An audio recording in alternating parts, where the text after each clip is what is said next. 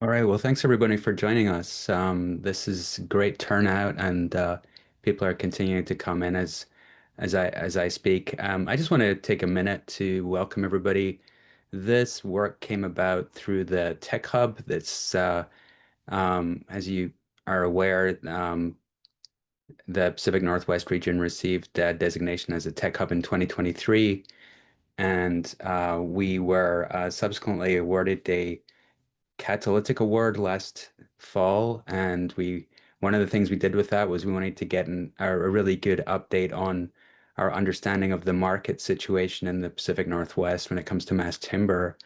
And we managed to attract a dream team of consultants to power through that work, and they're going to share with us what they have produced today. It's a really impressive report. It takes a while to get through, but it's worth it. And I think we've learned many things thanks to Roy, Erica, Kristin, and Nick. And I'm going to turn it over to Erica to take it away from here.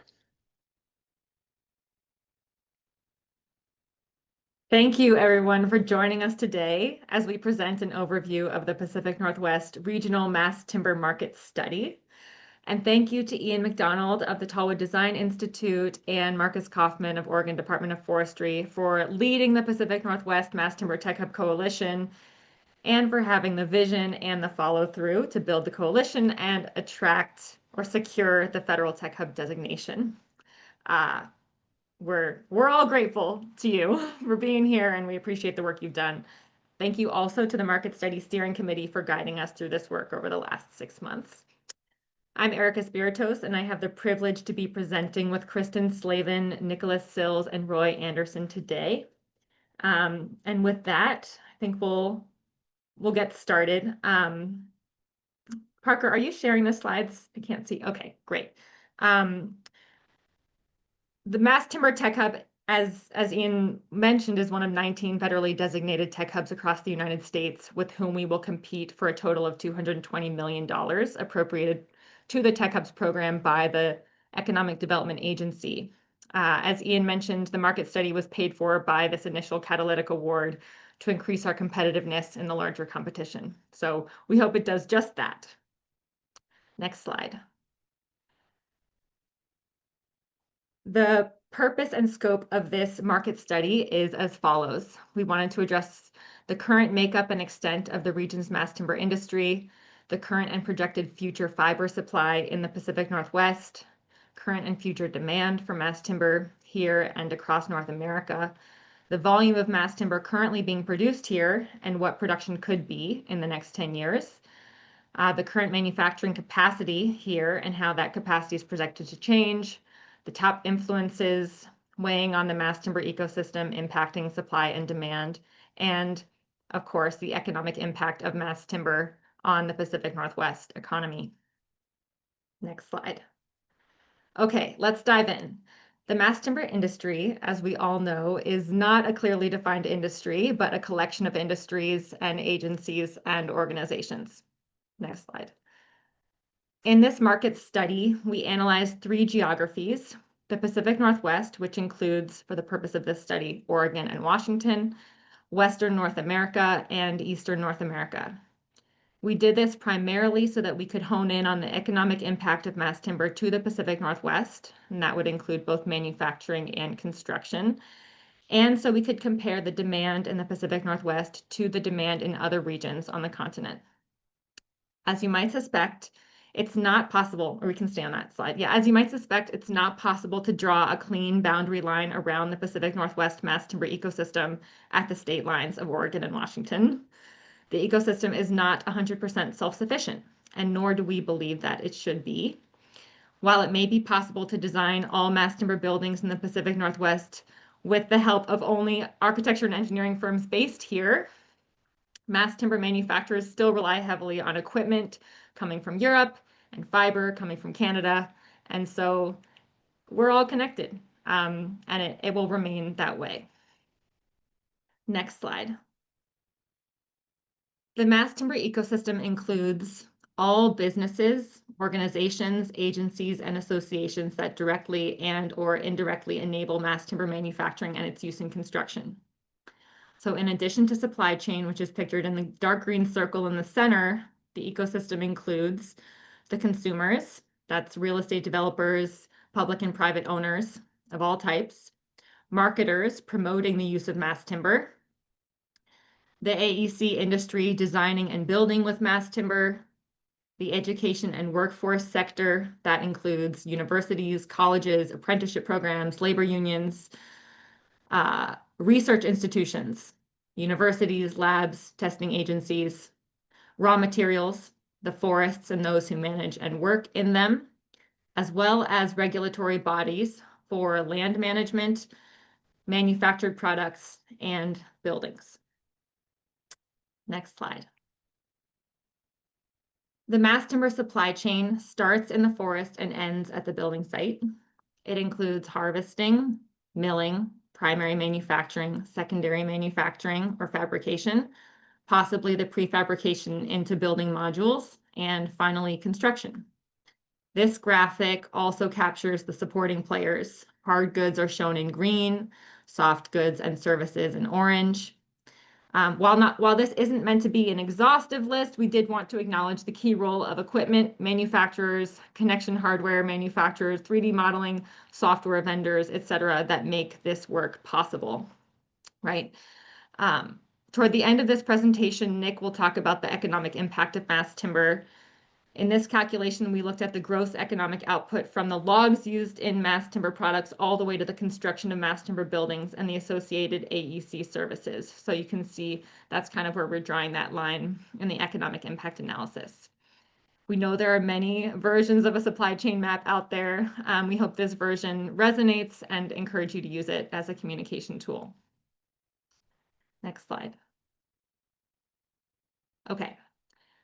In thinking about the boundary around the Pacific Northwest mass timber ecosystem, we took a preliminary look at the current availability of key ecosystem elements, the strategic importance of having that element available in the Pacific Northwest, and the feasibility of developing it. For example, manufacturers in the Pacific Northwest are relying heavily on Western SPF lumber from British Columbia to produce CLT. Given the chaos surrounding tariffs, it's increasingly important that the Pacific Northwest develop greater self-sufficiency in this area. So we marked it as such.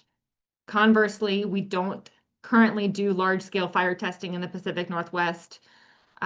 We don't manufacture adhesives in the Pacific Northwest, and nor do we feel it's critical to develop that capacity within the region.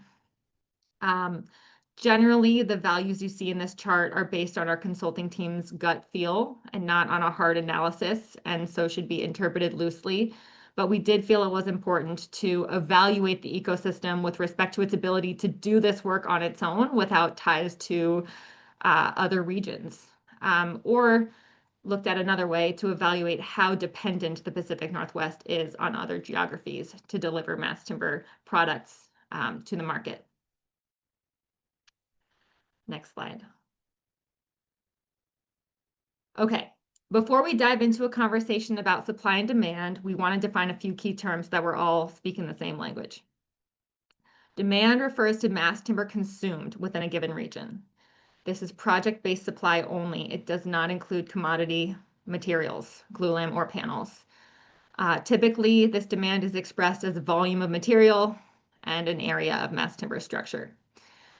The total mass timber project volume produced by facilities in a given region for so the production estimate is the total mass timber volume produced by facilities in a given region for use in mass timber projects in any region.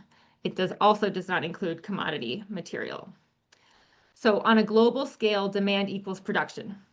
But on a regional scale, these two are not inherently equal due to imports and exports.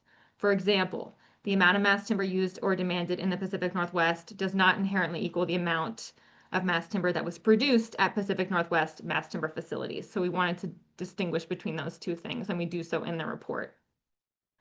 Effective capacity is derived from theoretical capacity. This is 90% of maximum production on a two-shift basis, and theoretical capacity is maximum capacity reflective of a fully loaded press operating 24/7, round the clock. It generously assumes that the press is the bottleneck, which is often not the case. Okay, now that we're all speaking the same language, it's my pleasure to turn the mic over to Kristin, who will present on mass timber demand. Thanks, Kristin. Thank you, Erica.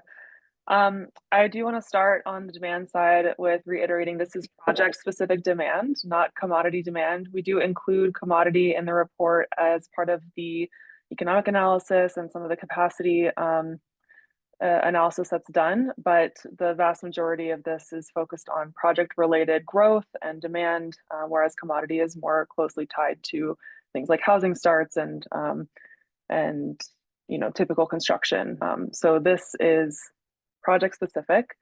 And then the other thing I want to mention is that this is based off of a lot of data that we've gathered, but what's important to note is that this is based on when the building was completed, not necessarily when the mass timber was made. So if a project was completed in 2024, that's being attributed to 2024 demand or representative of that demand in that time frame, but the mass timber could have been completed. In some cases, we were finding up to 3 years before that was manufactured. So we did the best we could with the data that we have available to indicate where the demand trends are going and what is being demanded in Pacific Northwest and across North America for mass timber projects. But the data is based off of what we know, which is project completion date. Next slide. So without a central and publicly accessible database for projects across North America, it is difficult to understand the history of mass timber across the different regions and how growth might impact future supply needs. So what we've done is compiled a very extensive database based off of what is available and sort of compiled that into our data set that we're using for a lot of this supply and demand analysis.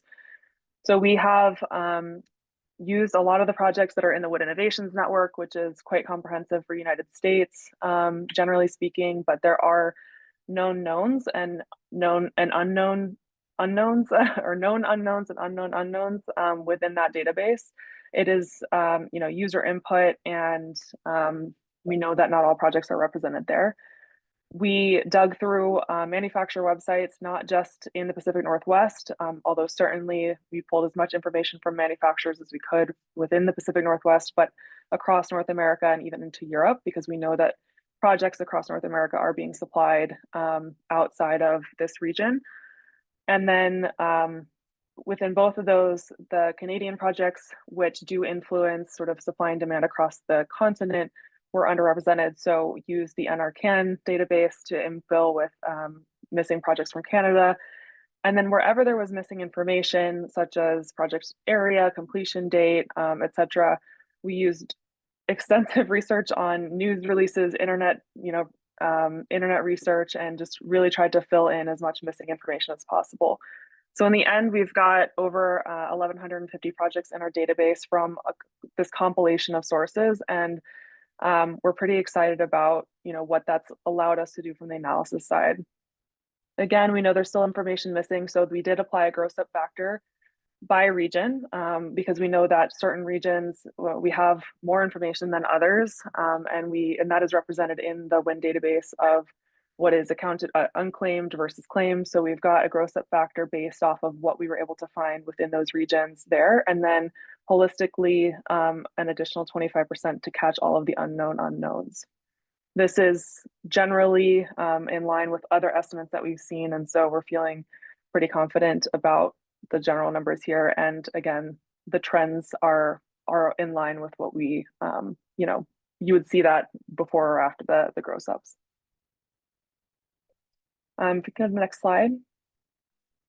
So looking at the Pacific Northwest specifically, in blue, you'll see the general construction demand. This is general construction, meaning basically non-single family residential construction that is in this region from the Census Bureau, or in where regions include Canada from the Canadian government, excluding infrastructure projects. This is really projects that would be applicable to mass timber construction. In the tan color, that is the mass timber construction growth over these last 5 years. And then the dashed line is the market penetration rate, which is represented by the percentages on the right-hand axis. So what we can see is that in the Pacific Northwest, the last 5 years have actually been somewhat tough from a general construction standpoint, which I think we're all aware of. if you normalize everything to 2024 dollars, the number of square feet being built each year has actually dropped every year in the Pacific Northwest since 2020. In regards to mass timber, for 4 out of those 5 years, that has also been true. It's following generally the general construction trends. But in 2024, there was a massive increase percentage-wise in mass timber construction. And so what we're seeing is that despite headwinds in general construction, mass timber has still increased by about 25% over that 5-year period, from 2.4 million square feet up to about 3 million square feet in 2024. And something that's critical to note is that this does not include the airport project, which was not completed in 2024, even though it was being constructed in 2024.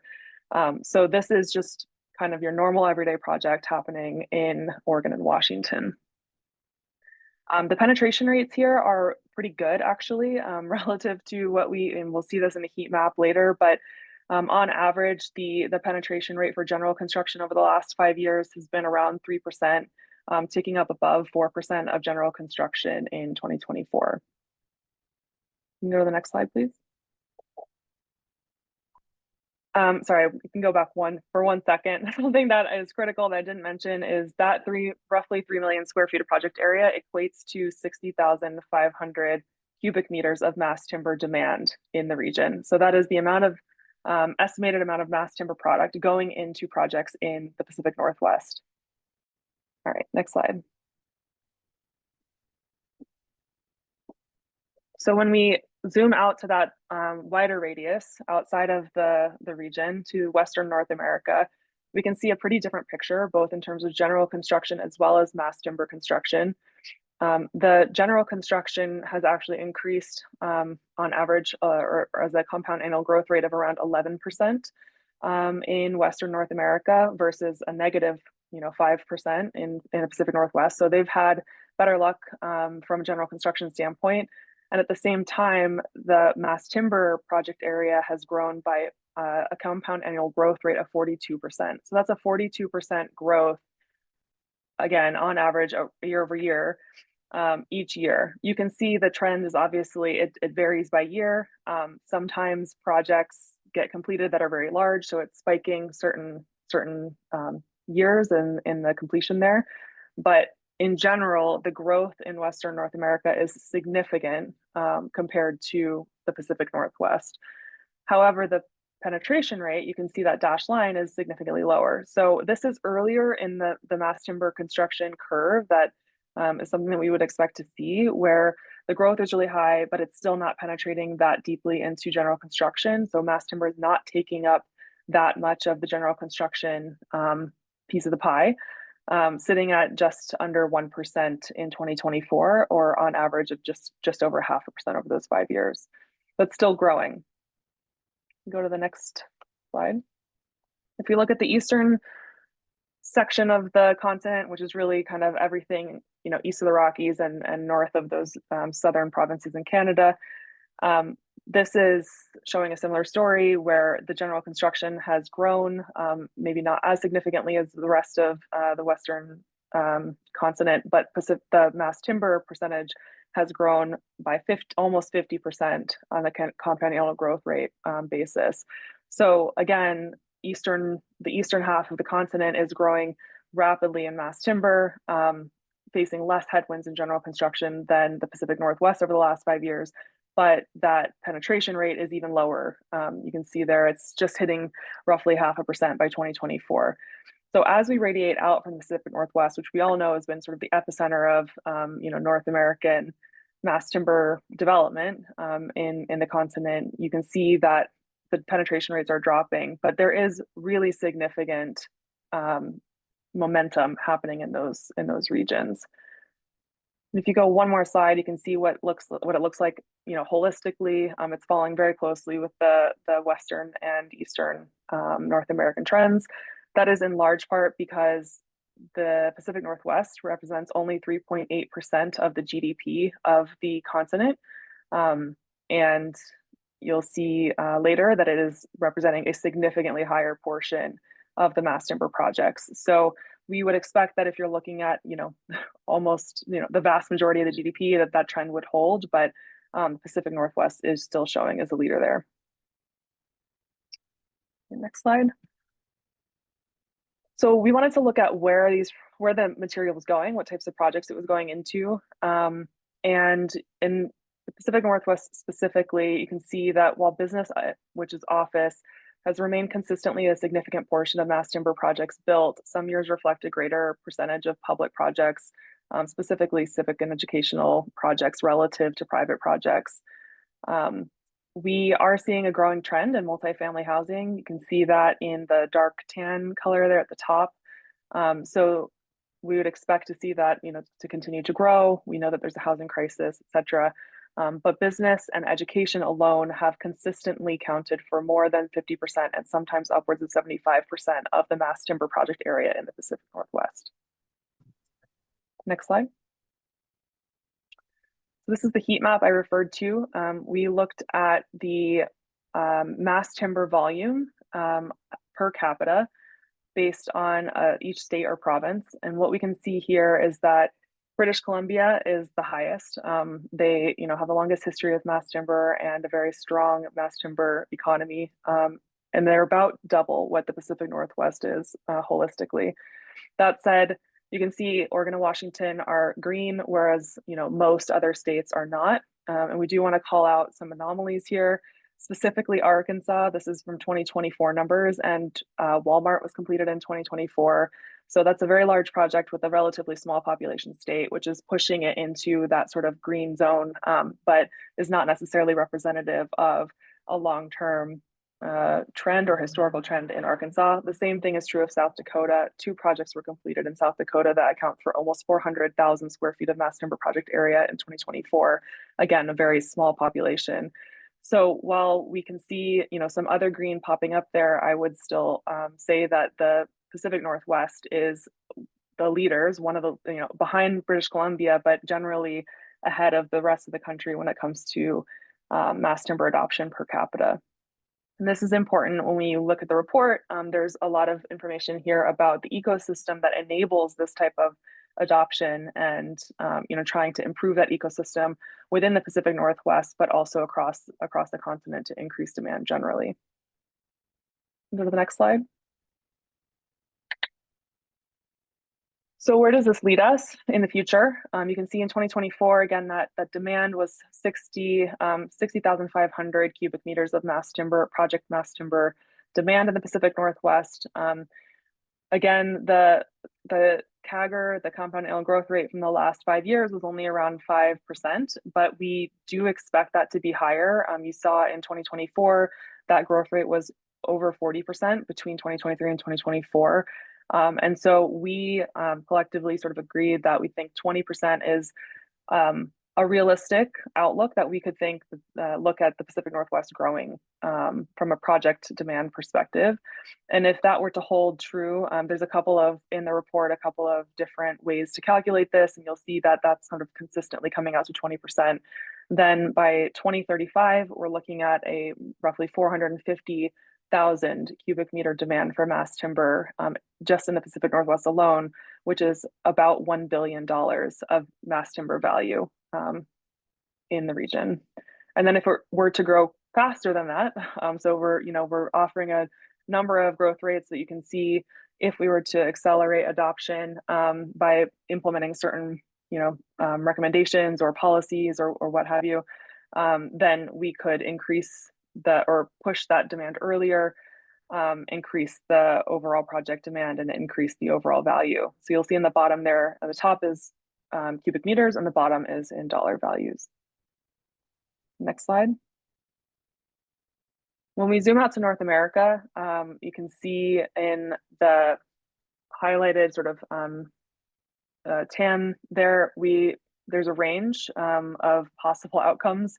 We're providing quite a wide range, looking at anywhere from 15 to 30%. Again, the rest of North America is growing at 45-ish% compound annual growth rate right now. We don't expect that to continue for the next 10 years going forward, because as this sort of catches on, the curve will slow a little bit. It will still continue to grow. We expect significantly more rapidly than general construction, but it will probably slow a bit. So when you look at that flatlined over the 10 years, somewhere falling between that 15 to 30% That obviously has very different outcomes from a volume demand perspective, anywhere from in 2035, 2.5 million cubic meters of mass timber demanded versus 9 million cubic meters, which translates to $4.5 billion of mass timber product demanded, all the way up to $18 billion. So this will depend very heavily on a lot of things, including general construction, including enabling ecosystems and policies. But we do see a very bright future for mass timber demand across the continent. And then the green boxes represent a 3.5% sort of applicable construction market penetration, which is what we're seeing right now, similar to the Pacific Northwest. So if the rest of the country were to catch up to where the Pacific Northwest is today in terms of market penetration, this is the timeline based off of these CAGRs that you could start to expect that to to match what we're seeing today. Next slide.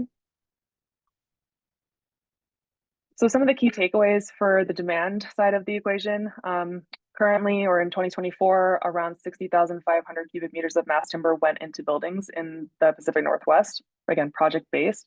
That's equivalent to a roughly 3 million square feet of mass timber project area in Oregon and Washington alone.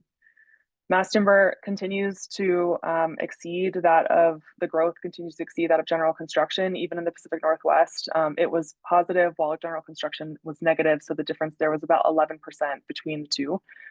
The penetration rates vary across the continent, but the highest are in the Pacific Northwest at just over 4% in 2024. With the others growing faster. So they will catch up slowly over the years, unless the Pacific Northwest does something to really amp up demand over the coming years here. The Pacific Northwest is still currently less than half of BC's on a volume per capita basis, which you can see in that heat map. There is a large potential for the Pacific Northwest to continue to increase that market penetration, so to continue that growth. We're certainly not at the end of one of the closest benchmark jurisdictions that we have as a reference point. So growth is still very, very much possible and likely. And growth across the continent is significant relative to the Pacific Northwest, as mentioned, with the greatest increase right now in Eastern North America. With that, I will hand it over to Nick. Kristin, that's great. So moving on to mass timber supply, Kristin covered the market demand side in the Pacific Northwest, and I will work to cover the supply side. So who is producing what and where is it going? If you want to move to the next slide, please.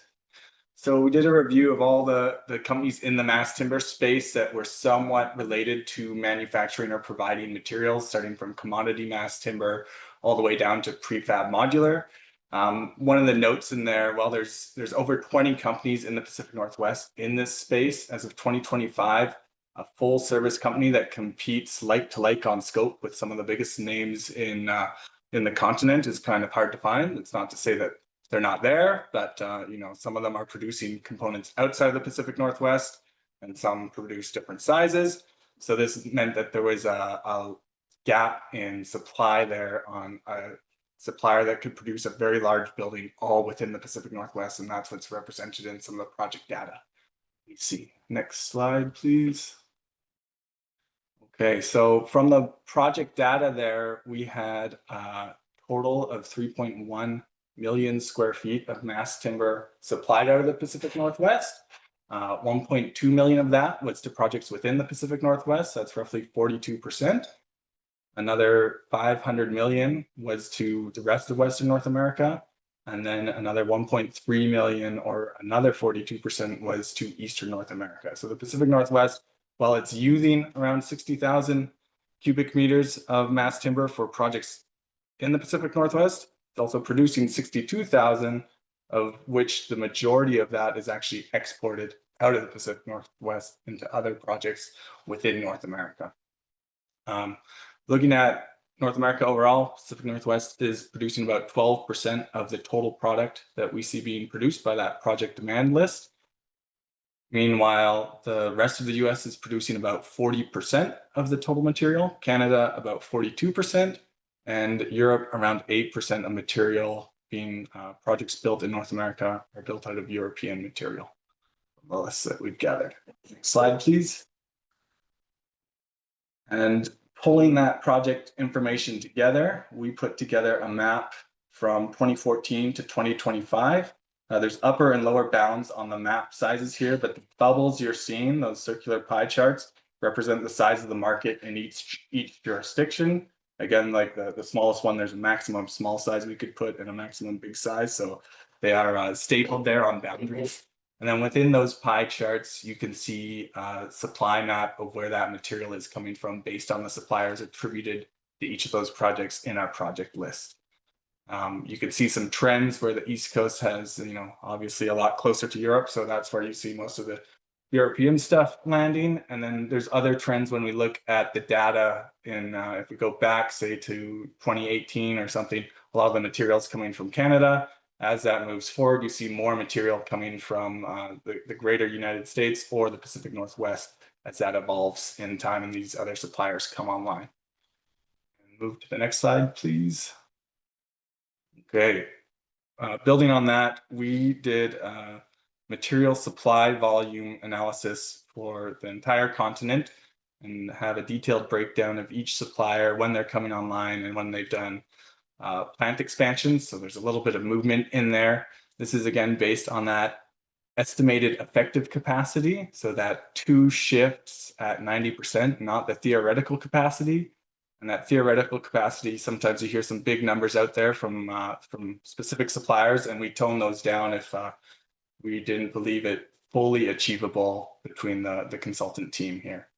So what we see is the Pacific Northwest coming online with what we're calling project mass timber. Some of it was online before 2018, but that's when we sort of struck the big level. And then coming on and staying relatively level through the latter years, although there are some changes in 2024 and 2025, but nothing major. Well, the rest of North America, we saw some large enhancements in production capacity in 2025 that includes groups like Element 5, Smart Lamb, and there's another group that hasn't formally announced, but there is public information out there that we might talk about later. Next slide, please. Specifically focusing on the Pacific Northwest, when we look at those theoretical capacity numbers, they're quite staggering. A theoretical capacity almost hitting 1 million cubic meters. We would stress that theoretical capacity is grossly not achievable with many constraints in that supply chain that is written in the report here. But if we pare that theoretical down to the estimated effective, this is kind of like a healthy 2-shift amount at sort of 90% capacity of that 2-shift capacity. We see 225,000 cubic meters of project-based mass timber in the Pacific Northwest and 384,000 cubic meters of commodity mass timber. Pulling that forward to what we see produced, and again to stress that our production data is based off of those project maps, which aren't directly linked to the year that product was produced in. So we tried to temper those expectations, but some of those projects had like a 3-year gap between the day that we know the material was produced and when it came out. But that left the produced volume 62,000 project mass timber compared to 225,000 at 28% capacity on the project side, and 227,000 produced commodity mass timber versus 384,000, about 60% capacity, although our focus was not on the commodity, but we wanted to show that there's potentially, subject to sizes of members, a potential conversion of some commodity materials being value upgraded into project-based mass timber materials. Next slide, please. Taking this forward with compound annual growth rates, we are looking at, this would be different than the project-based compound annual growth rate, but project supply-based compound annual growth rate. So what can the Pacific Northwest produce to supply the rest of the continent? So the Pacific, even if the Pacific Northwest grew at a project rate of say 10 or 15%, the production rate could very well be 20, 30, or 40% based on the market penetration to other regions out there.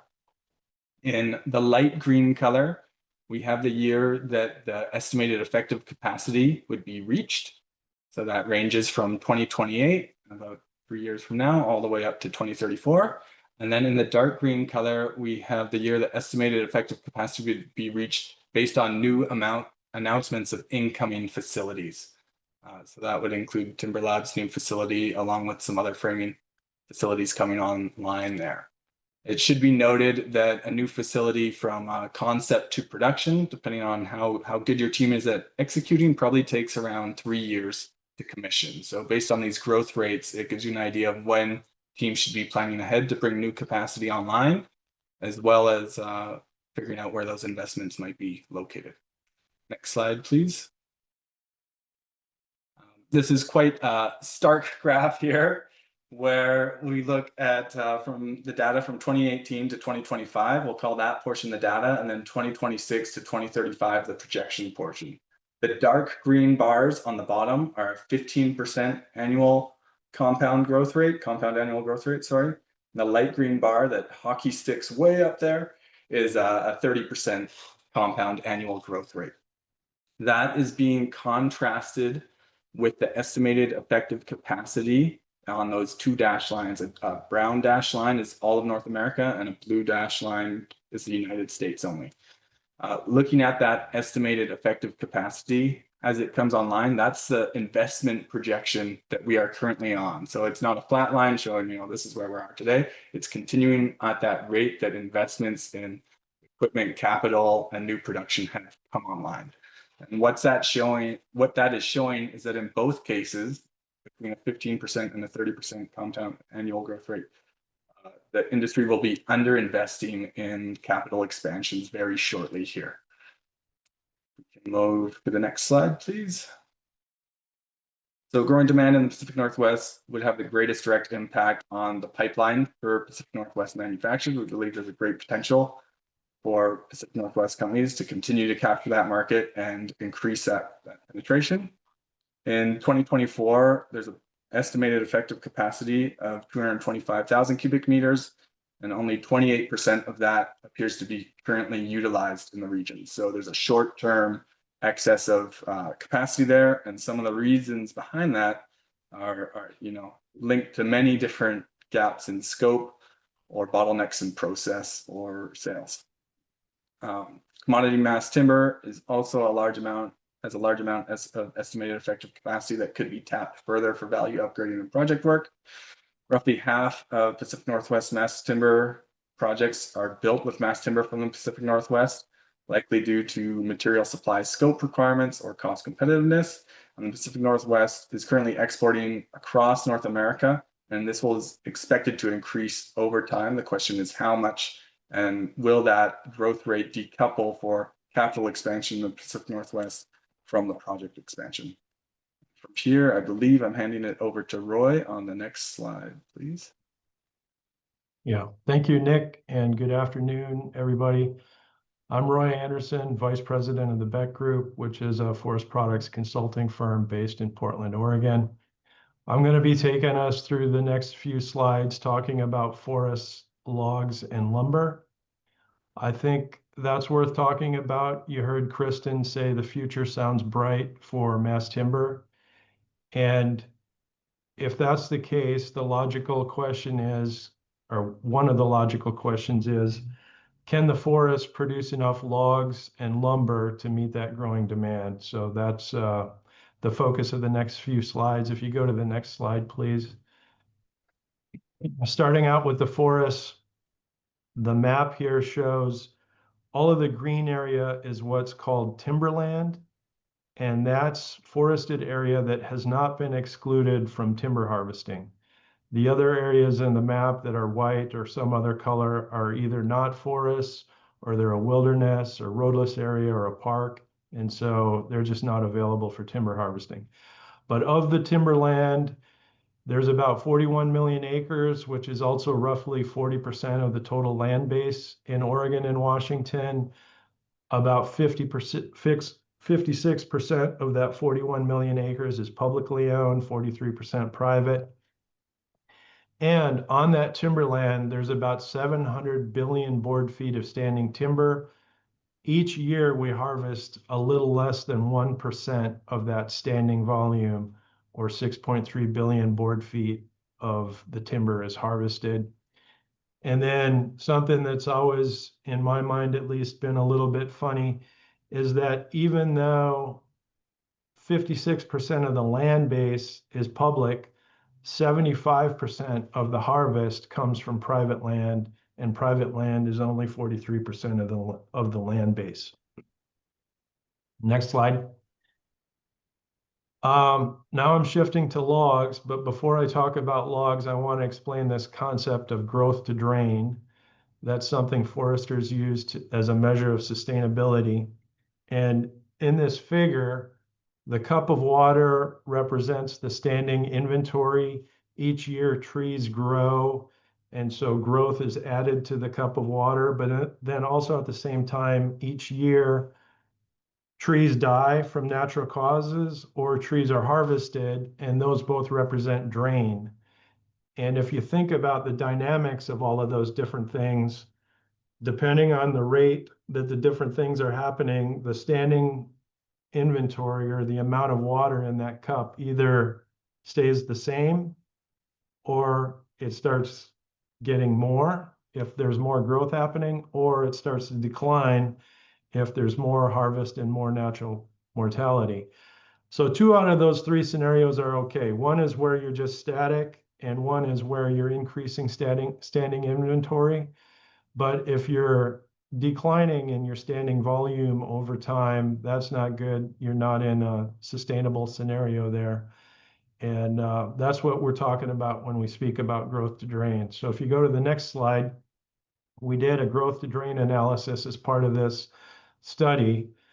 There's a bunch of numbers in this table, but I want you to focus on 2 of them, the ones that are circled there.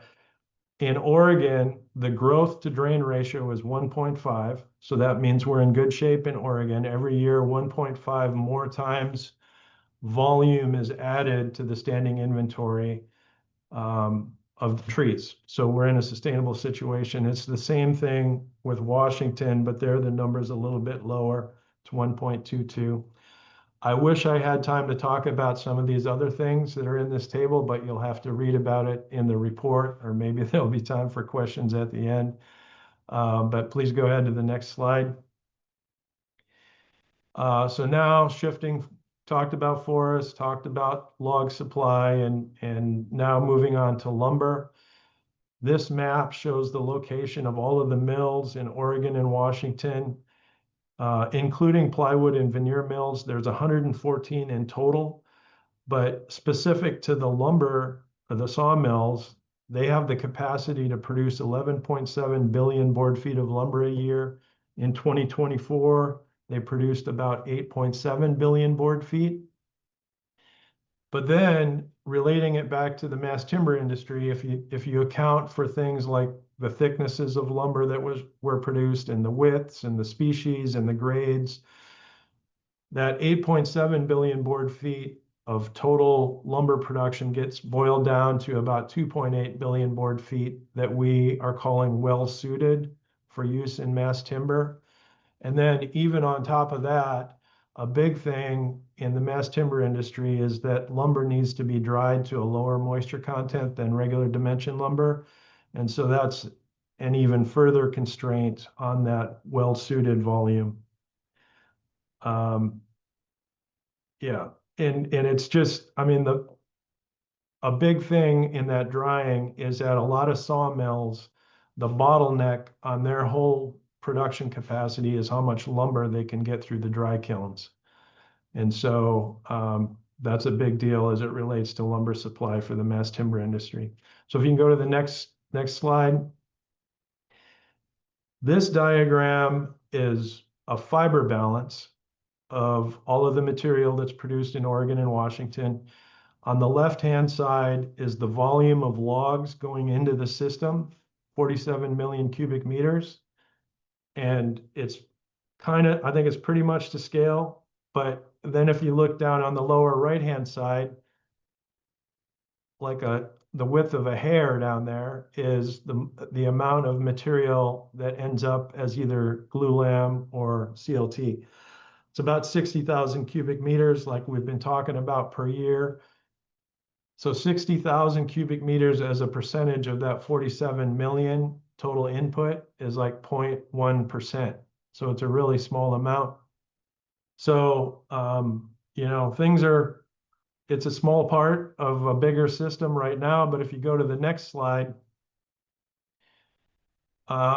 this kind of takes a look at where things might get to in the future. So in the left-hand column, it's the total cubic meters of mass timber that are demanded. And then the next column over, the second one from the left, is the equivalent volume of lumber consumed. So in that top section that's highlighted in red there, that's where we're at in 2024 in the Pacific Northwest. About 60,000 cubic meters is roughly 40 million board feet of lumber was consumed. And those two right-hand columns show that 40 million board feet is a really small percentage of all of the lumber that's produced in North America. And then fast forward to 2035, where the market might get to in either the Pacific Northwest, which is that middle section that's highlighted, or in all of North America. The cubic meters produced starts to rise fairly significantly, especially when you're looking at all of North America. But even in that all of North America scenario down there on the bottom that's highlighted in red, there, the lumber volume consumed starts to get to like 2.5 to 3 billion board feet a year, which is starting to get up there. In the last few years in all of North America, total lumber consumption has been between like 55 and 60 billion board feet a year. But even there, the percentages are not overwhelming in terms of the total lumber supply. And I think an important thing to remember is that our forests have the capacity to produce more logs and could eventually create more lumber if the demand really starts to grow. So last slide for me is just a summary of some of the key points. We don't think timber and lumber supply are a near-term constraint, but because of the kiln drying issue, it's hard for the CLT and glulam manufacturers to always have the material that they need available. So sometimes they have to pay price premiums, and then that gets passed on into the product that goes into the market. And so that's a competitiveness issue. But a way to potentially mitigate that is really for the mass timber manufacturers to try and develop strong partnerships with their mill suppliers and develop kind of more of a program approach to it where there's planned volumes of lumber production that meets the needs of the mass timber industry are there. And hopefully that smooths out some of the supply and demand dynamics that might otherwise happen. So that's it for me. I'm going to pass it back over to Erica. Thanks, Roy. So much to take in. Okay, I'm going to walk us through a survey that we conducted, or part of a survey that our team conducted of mass timber companies to understand their perspective on the market. At this time, we'd like to share a brief overview of the constraints and opportunities faced by mass timber companies who responded to the survey. Okay, so in a survey of mass timber manufacturers across the continent, we received 15 responses. And over 50% of the manufacturers experienced the shared challenges of input fiber costs, production schedule balancing, access to capital, and equipment sourcing. Input fiber costs are a function of log supply and cost, but potentially more so of the region's lamb stock availability and drying capacity, as Roy was alluding to. Access to capital is challenging for a fledgling industry that offers lower return on the investment than other tech-based industries that we are competing for capital. Production schedule balancing is difficult when selling custom products to an immature market, as manufacturers must be able to weather the lulls in production while still paying their workforce. Equipment, primarily sourced from Europe, can take significant time to design and procure. Costs are high, and the options for equipment, production equipment, are challenging to navigate. Next slide. So just to clarify, the dark blue represents the companies that have,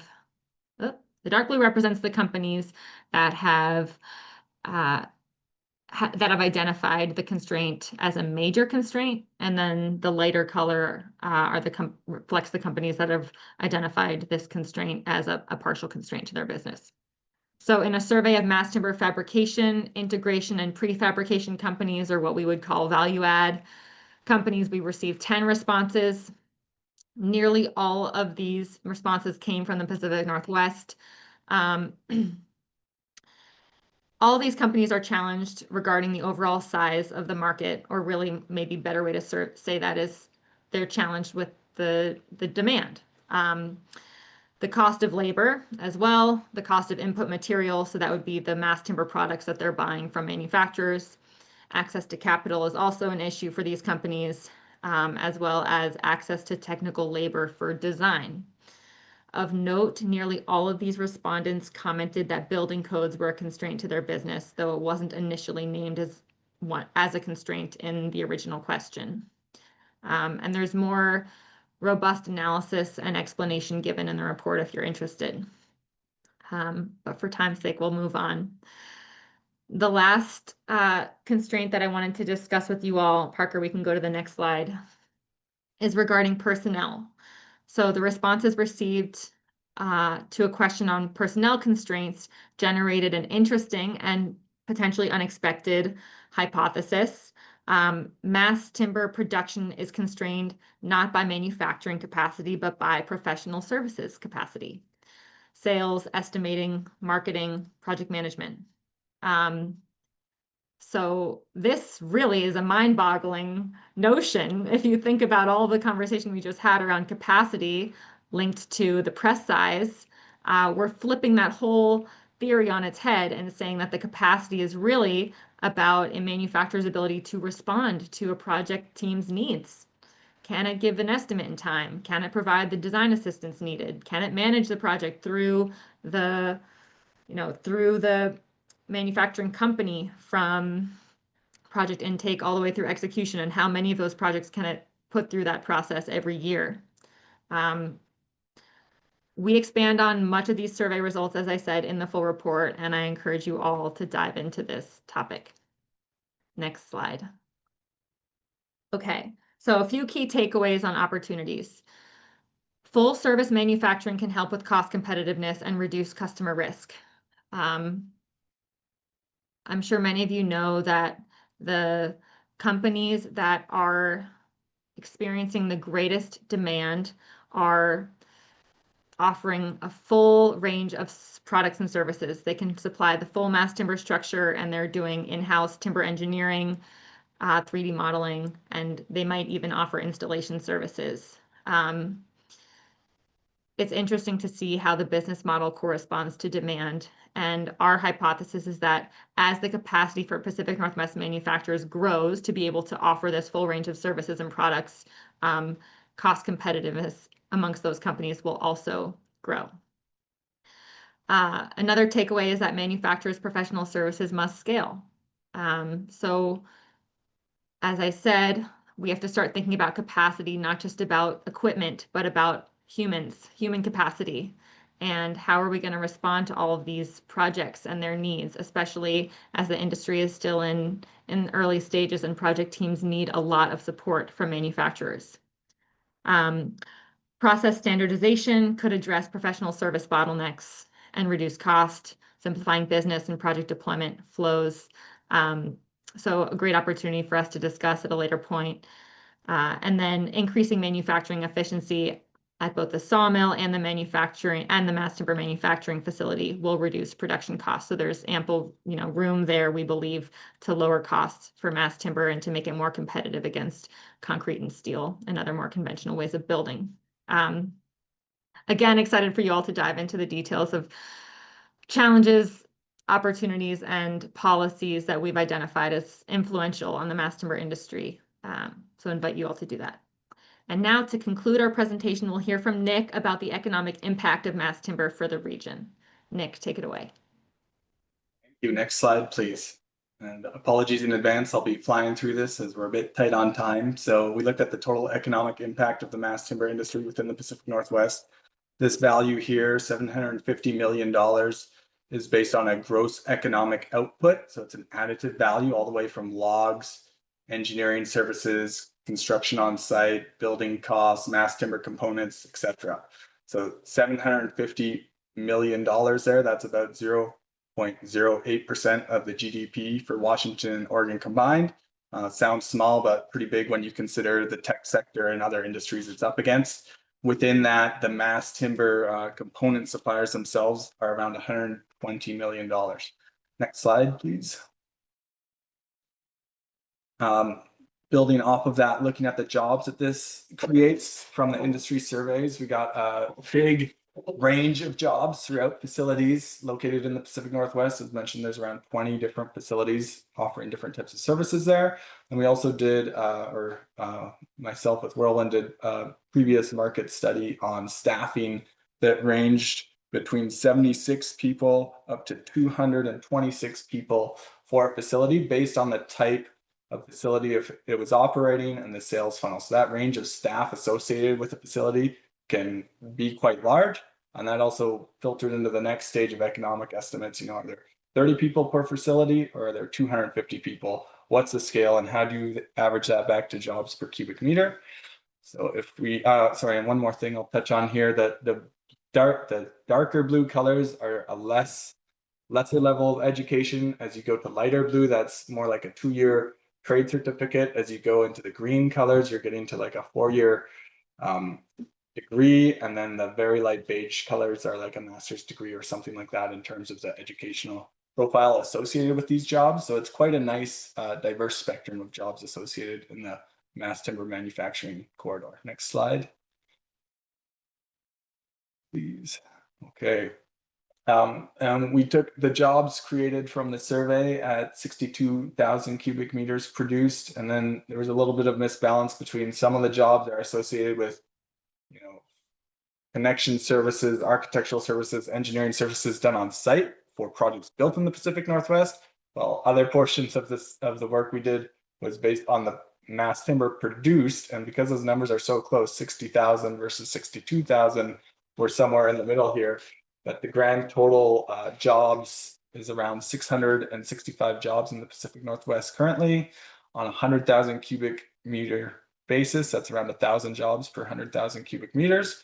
And this has an estimated direct payroll of nearly $60 million per year. So significant in terms of economic support to families in the region. And if we go to the next slide, we can look at that at a rough range of rural impacts. So this is a brief list. I wouldn't call it an inclusive list, but a brief list of investments in rural communities and where facilities are located associated with the mass timber supply chain, along with populations within those communities. So you can see a number of these populations are quite small, and adding a facility that brings, whether it's 5 jobs or whether it's 50 jobs or 200 jobs, that impact can mean a lot to these rural economies. And this, you'll read more about this list in the report.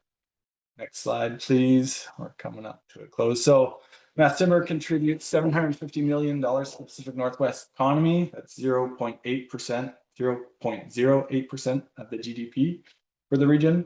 There's over 20 mass timber companies in the Pacific Northwest with revenues in the order of 20 to $100 million, and a number of value-added companies with revenues in the order of $1 to $10 million. The project-based mass timber manufacturing contributes an economic value added, this is known as an EVA, of nearly $120 million to the regional economy. And then tying back to that graph we saw with the hockey stick inflection before at the top, all of this accumulates in the requirement for a multi-billion-dollar investment over the next 10 years. So depending on which growth curve we take, and we took 2 examples here at 15% and 30%, those were the 2 from that hockey curve graph, looking at the current demand, the actual effective capacity, realizing there's a shortfall between demand and effective capacity in North America today, and then what that would result in a net 2035 capacity based on that compound annual growth rate. And that's quite a large range, between 2.4 million cubic meters all the way up to 9.2 cubic million meters.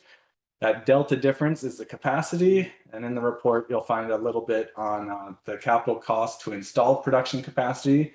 This would put us at an investment range between $3 billion and $15 billion over the next 10 years. That's obviously not per year, and that's not going to all happen up front. But over that time period, there'll be tranches of investment to reach this level of production availability within North America. And what we're leaning into here is that the Pacific Northwest is well positioned to be a key point of investment for that capacity to export to the rest of the region. And that is that's the end of this section of the report. And if Erica, Kristin, or Roy have any other concluding remarks, please jump in. Thanks, Nick. I know we had planned for 15 minutes of Q&A at the end of our presentation, and I'm glad to stay on with anyone who'd like to ask some questions.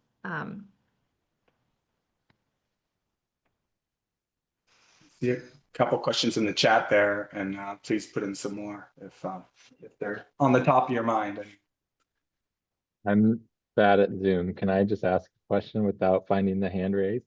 There was a chart that you showed where there was essentially a flat line of production through the Pacific Northwest, despite growing demand throughout the industry. And I'm sure it was explained, but could you speak to that a bit further? Why is that sort of, max capacity that we think is possible here in the Northwest, or what drives that, maintenance of production capacity as demand increases? So those lines on that hockey chart, I'm not sure if we can bring it up here. That was just investment at the current rate of investment. So we took the capacity installations from manufacturers coming online over the past 10 years and just made it a linear trend line of where they were going. So that's that same demand level. Yeah. Sorry, you had a different slide. You had green and blue bar chart that showed the blue bars staying almost, at the exact same level of production. You're saying the same thing essentially.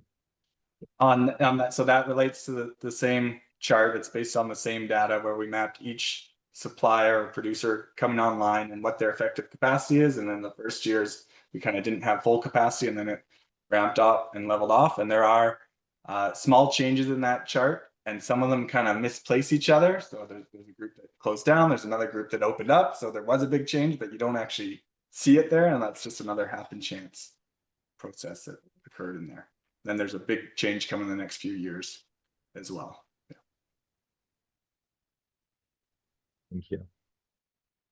Yeah, I guess I'll just add that was also, it's historic data, right? That one that you're referring to, Andrew. And so we know that there's more capacity coming in the very near future. So if future years that would increase, but per the hockey stick chart, it will need to increase even more than we expect to keep up with the demand.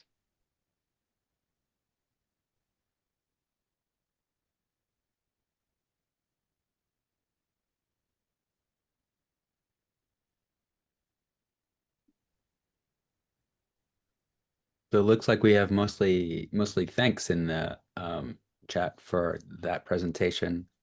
Anyone got one before we jump off? I'm also curious to hear what was surprising. So if you don't have a question, if you wanted to provide some, thoughts on what shocked you or what kind of seemed, yeah, I'd love to hear feedback on that as well. I also just had a note for reference when you're seeing those numbers on the growth, that 15% CAGR resulting in 2.5 million cubic meters of mass timber material. That level across all of North America still represents a construction market penetration that's only 60% of where the Pacific Northwest is today. So that's imagining 10 years from now, the rest of North America on average is building about 60% as much market penetration as what that's currently happening here. So I think that paints it as very achievable to that there's an upper bound. And then you saw that 30% CAGR. That's about 2.5 times how much the Pacific Northwest is building today with mass timber. So still achievable. I'd call it in the dreamy land, but depending on how the economics go and how we really demonstrate the cost effectiveness of these systems, that's an upper potential bound for construction, certainly. But we do see that BC is already at 2 times the Pacific Northwest, so it's not impossible to get near there, right? Yeah, I mean, in terms of what was interesting, what was surprising, to Erica's question, I'm one of those people that have been asked, how fast is the mass timber market growing in North America for several years, and I was being really increasingly uncomfortable to use these kind of shot in the dark figures like, oh, it's 25%, or, that seems like a lot. Or we need to substantiate that. And I think the fact that you guys have done the analysis based on all these projects and you're saying that there's 42% compound annual growth across North America is quite mind-blowing actually. But it does really point to kind of it kind of reinforces what we're seeing on the ground, I guess, anecdotally, on all these projects. The hard thing with some of those growth rates is they are based on that year completed, and the year produced can be that lag time. So we'll see a couple anomalies in that process as we move forward too. Yeah, and I definitely see value in continue to engage with this consulting team on a regular basis to maybe do annual or every other year updates to, what we've built here is some really rigorous analysis, and I think it's going to only increase in value if we kind of update the numbers as we go forward. So definitely want to try to find ways to do that.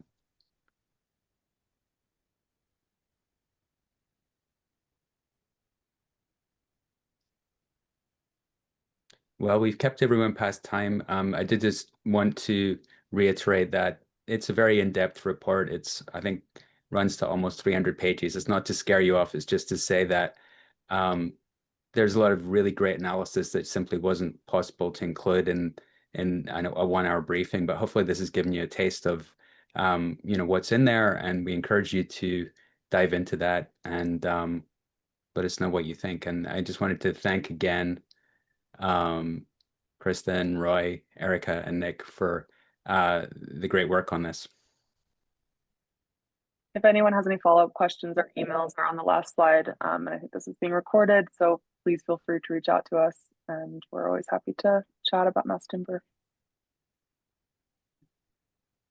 Well, thanks everyone for joining us today, and you will see that on the Tech Hub website, you'll see the report up there. Yeah, thanks for engaging today. Thank All you, right. everyone.